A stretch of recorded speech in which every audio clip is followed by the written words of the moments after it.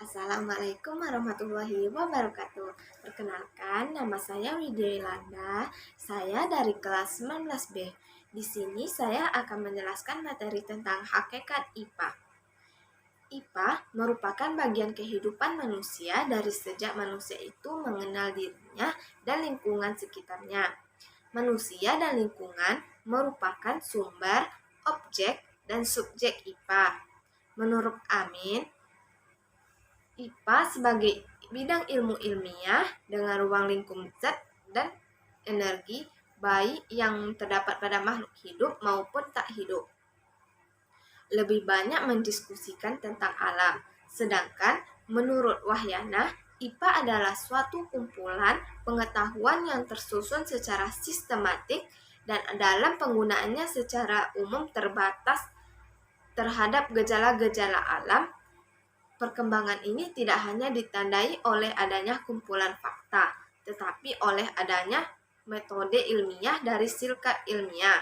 Dari beberapa pendapat di atas bahwa hakikat IPA itu merupakan kumpulan pengetahuan yang berhubungan dengan cara mencari tahu dan mendiskusikan tentang alam.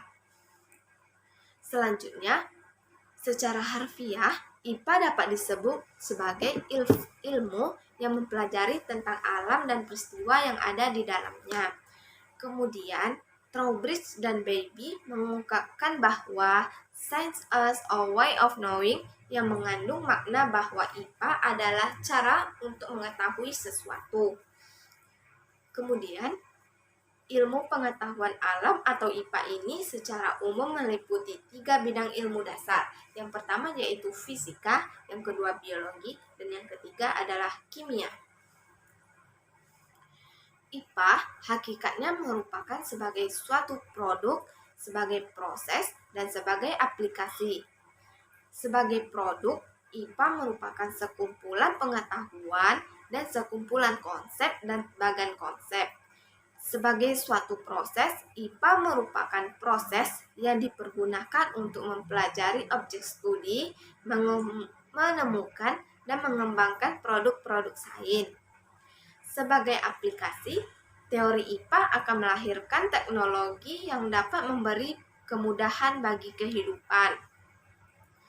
Selanjutnya, Sun mengemukakan bahwa pengertian sains mencakup 3 aspek, di antaranya yaitu scientific attitude, yang kedua scientific process, dan yang ketiga scientific product. Sebagai scientific attitude merupakan keyakinan, nilai-nilai, pendapat atau gagasan, objektif, dan sebagainya.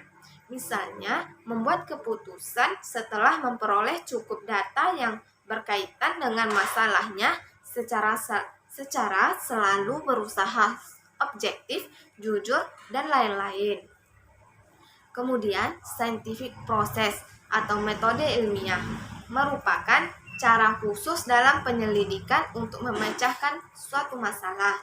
Misalnya membuat hipotesis, merancang dan melaksanakan eksperimen, mengumpulkan data, menyusun data, dan mengevaluasi data, mengukur, dan sebagainya. Kemudian, scientific product atau produk ilmiah merupakan berupa fakta, konsep, prinsip, hukum, teori, dan lain-lain. Kemudian, Colette dan Chiappetta menyatakan bahwa sains merupakan IPA sebagai cara berpikir, IPA sebagai cara penyelidikan, dan IPA sebagai kumpulan pengetahuan. IPA sebagai cara berpikir ditandai oleh adanya proses berpikir untuk memberikan gambaran tentang rasa keingintahuannya tentang fenomena alam. Kemudian, IPA sebagai cara penyelidikan ditandai dengan penggunaan metode ilmiah dalam memahami gejala-gejala alam dan segala hal yang terlibat di dalamnya. Kemudian IPA sebagai kumpulan pengetahuan ditandai dengan keberadaan fakta, konsep, prinsip, hukum, teori, dan model. Merujuk dari beberapa definisi di atas, dapat disimpulkan bahwa hakikat IPA adalah ilmu pengetahuan yang disajikan secara menyeluruh untuk mempelajari alam dan gejala-gejalanya atas dasar unsur sikap, proses, produk, dan aplikasi yang mana keempat unsur tersebut merupakan satu kesatuan. Oleh karena itu, siswa diharapkan memiliki pengetahuan secara utuh dan mampu memahami fenomena alam melalui kegiatan pemecahan masalah menggunakan proses ilmiah atau metode ilmiah, sehingga kegiatan pembelajaran merupakan proses yang bermakna dengan adanya integrasi nilai atas apa yang dipelajari. Kemudian, hakikat pembelajaran IPA. Karin dan San menjelaskan dalam konteks sains sesuai hakikat pembelajaran mengandung 4 hal. Yang pertama yaitu konten atau produk, yang kedua proses atau metode, yang ketiga adalah sikap, yang keempat adalah teknologi. Sains sebagai produk yang dapat menghasilkan fakta-fakta, konsep, prinsip, teori, dan hukum. Sains sebagai proses berarti bahwa sains merupakan suatu proses untuk mendapatkan pengetahuan. Sains sebagai sikap artinya dalam proses mendapatkan produk terkandung sikap-sikap ilmiah. Kemudian sains sebagai teknologi berarti bahwa sains mempunyai keterkaitan dengan perkembangan teknologi yang digunakan dalam kehidupan sehari-hari. Kemudian, menurut H.W. Flower, IPA adalah pengetahuan yang sistematis dan dirumuskan yang berhubungan dengan gejala-gejala kebendaan dan didasarkan terutama atas pengamatan dan deduksi. Kemudian, menurut Trianto, IPA adalah suatu kumpulan teori yang sistematis, penerapannya secara umum terbatas pada gejala-gejala alam, lahir dan berkembang melalui metode ilmiah seperti observasi dan eksperimen serta menuntut sikap ilmiah seperti rasa ingin tahu, terbuka, jujur, dan sebagainya. Kemudian ada 3 kemampuan dalam IPA. Yang pertama yaitu kemampuan untuk mengetahui apa yang diamati. Kemudian ada kemampuan untuk memprediksi apa yang belum diamati. Yang ketiga adalah kemampuan untuk menguji tindak lanjut hasil eksperimen serta dikembangkannya sikap ilmiah.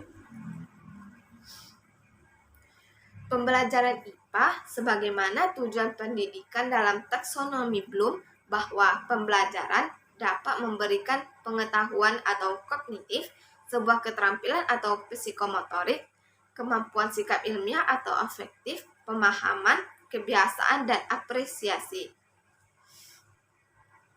Kemudian ada pembelajaran IPA di sekolah sebaiknya yaitu memberikan pengalaman pada peserta didik sehingga mereka kompeten melakukan pengukuran berbagai besaran fisik.